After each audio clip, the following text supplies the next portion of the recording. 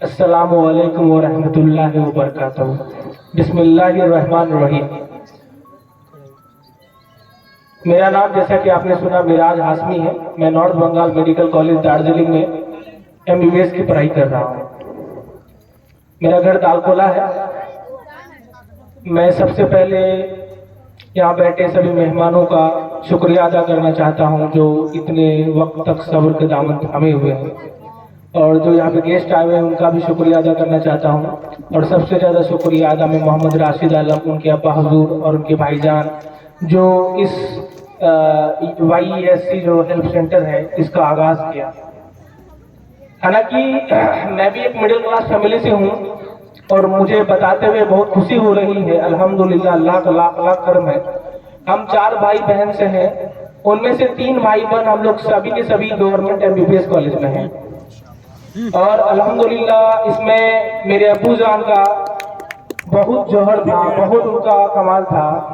और हकीकत तो ये है कि हम लोग काफ़ी मिडिल क्लास फैमिली से हैं और मेरी अब्बू जान को भी इसी तरह का कुछ हेल्प मिला था, तब जाके वो टीचर बने थे और फिर हमारी तालीम उसी टीचर की कमाइयों से चली।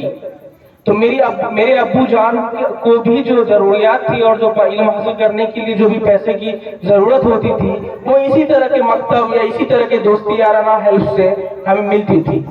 तो इसीलिए अल्हम्दुलिल्लाह मेरे अब्बू जान, मेरी अम्मी जान, मेरे सारे भाई बहनों का अज़्म और इरादा है कि हम लोग भी आगे इसी तरह जरूरतमंद लोगों को हेल्प करते जाएंगे। अब मैं मेन टॉपिक पे आता हूँ कि ये क्या, मैं कुछ पॉइंट्स लिख के आया हूँ जिस पे फोकस करूंगा। सबसे पहला पॉइंट है हमारा ये यूथ एजुकेशन हेल्प सेंटर। इसको जानना जरूरी है ये कि है क्या, इसका मकसद जानना जरूरी है क्या है। हर चीज का एक मकसद होता है और मकसद को जानना जरूरी है।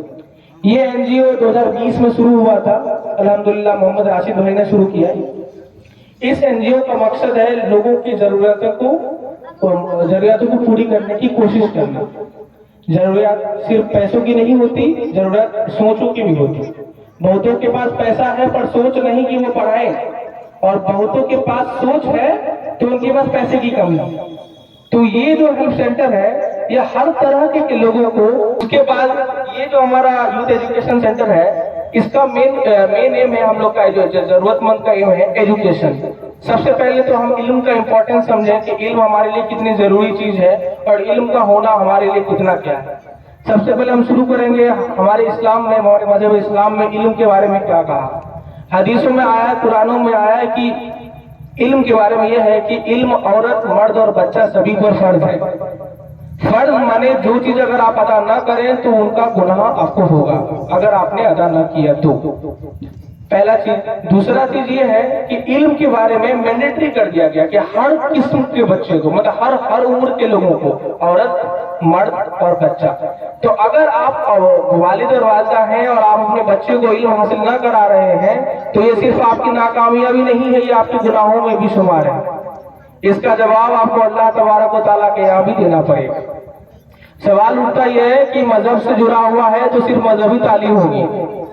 तो इससे जुड़ा हुआ मैं एक हदीस और बताना चाहूंगा कि उस वक्त के जमाने में चीन जो चाइना, उस वक्त मुसलमान की आबादी ना के बराबर थी, गोया कि मुसलमान थे ही नहीं चीन में। और हमारे नबी इरशाद फरमाए थे कि अगर तुम्हें इल्म हासिल करने के लिए चीन भी जाना पड़े तो तुम चीन जाना।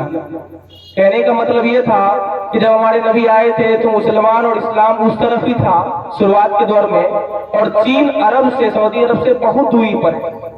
साथ में चीन में मुसलमानों की तादाद तभी तो अभी भी ना के बराबर है, तभी तो गोया कि थी ही नहीं, इस्लाम आया ही नहीं था। तो इस बात से ये हम समझ सकते हैं कि हमारे नबी ने सिर्फ दीनी तालीम नहीं दुनियावी तालीमों को भी मुजाहरा किया था और दुनियावी तालीमों को भी हासिल करने पर जोर दिया था। तो इस बात को आप समझ कि मजहब इस्लाम हमें इल्म हासिल करने के लिए कितना कुछ सिखाता है। बाद बाकी आप दुनिया से तो समझ ही सकते हैं, जैसा कि और भाइयों ने कहा और अंकल जो गेस्ट लोग आए थे उन्होंने कहा। तो आप समझ चुके होंगे अब तक कि यूथ एजुकेशन हेल्प सेंटर हमारा क्या है, इसका क्या योगदान है, क्या सोच है। दूसरा, हमने आपको ये बता दिया कि इल्म हासिल करने का क्या मजहब इस्लाम में बताया गया, इसका क्या इंपॉर्टेंस है। तीसरा हमारा क्या है कि देखा जाए अगर एक नॉर्मल टर्म में बोले तो ये पेट ही सब कुछ करा रहा है। अगर आपके पास पैसा है तो कहा जा सकता है कि ईमान है। जैसे बताते हैं आपको, अगर कोई आदमी के पास पैसा ना हो, भूखा हो, तो हर आदमी हमारे नबी करीम सल्लल्लाहु अलैहि वसल्लम के सुन्नत को अदा नहीं कर पा रहा है कि वो फाका रह जाए। हर आदमी पहले जायज कामों की तलाश करता है, और ना हो तो नाजायज की तलाश करता है। ये नॉर्मल ट्रेंड है, मैं हदीस से हट के बोल रहा हूँ। तो देखा ये जाए कि अगर गरीबी आएगी तो आप दीन से दूर होंगे, और गरीबी को हटाने का सबसे बेहतरीन तरीका इल्म ही है। तो आप समझ सकते हैं कि इल्म की जरूरत हमें कितनी है। गरीबी भी दूर होगी, हमारी इज्जत और शोहरत ही बढ़ेगा, और जो हमारा मजहब में सिखाया गया जो फर्ज है वो फर्ज भी पूरा होगा। तो अब तक आप समझ चुके होंगे कि गरीबी कैसे दूर होगी और इल्म का क्या इंपॉर्टेंस है गरीबियों को दूर करने में और लोगों को आगे बढ़ाने में। तीसरा मैं कहूंगा दीनी तालीम। दीनी तालीम कितनी जरूरी है और दुनियावी तालीम कितनी जरूरी है। आप जब कब्र में चले जाएंगे तभी आपकी जिंदगी की शुरुआत होगी। ये तो हमारा इम्तिहान है, हमेशा इम्तिहान रहेगा। कब्र के बाद आपको दुनियावी तालीम की कुछ नहीं पूछा जाएगा कि आप डॉक्टर थे कि इंजीनियर थे कि आईएएस थे। पूछा जाएगा कि आपका मजहब क्या था, और आपको मजहब भी से रिलेटेड सवाल पूछे जाएंगे। पूछा जाएगा कि आपने कुरान पढ़ा था, कुरान मुकम्मल को सीखने की कोशिश की थी कि नहीं। तो हमें दीनी तालीम पर फोकस करना है। सबसे बड़ी बात यह है कि अभी जो लोग भी मुसलमानों में, हमारे जो मजहब में जो लोग बने हैं, आगे बढ़े हैं, बड़े अफसोस के साथ कहना पड़ रहा है, चाहे वो डॉक्टर हो, इंजीनियर हो, आईएएस आईपीएस भी, वो किसी भी ओहदे पर हो, बड़ा अफसोस के साथ कहना पड़ रहा है कि लोग इतने ऊंचाई पर जाके अपने दीन को भुला चुके हैं। आप ये देखते होंगे कि कितने डॉक्टर हैं जो अजान देने के बाद अपना सारा चीज छोड़कर मस्जिद की तरफ जाएं। क्या हमारे कौम में डॉक्टर्स नहीं है? हमारे कौम में बहुतों डॉक्टर्स हैं, बहुतों इंजीनियर हैं, बहुतों हैं। आपने कभी मस्जिदों में देखा कि बड़ा फलाना डॉक्टर जमात में आए? कभी आपने मस्जिदों में देखा कि फलाना आईएएस जमात में आए? आप नहीं देखेंगे।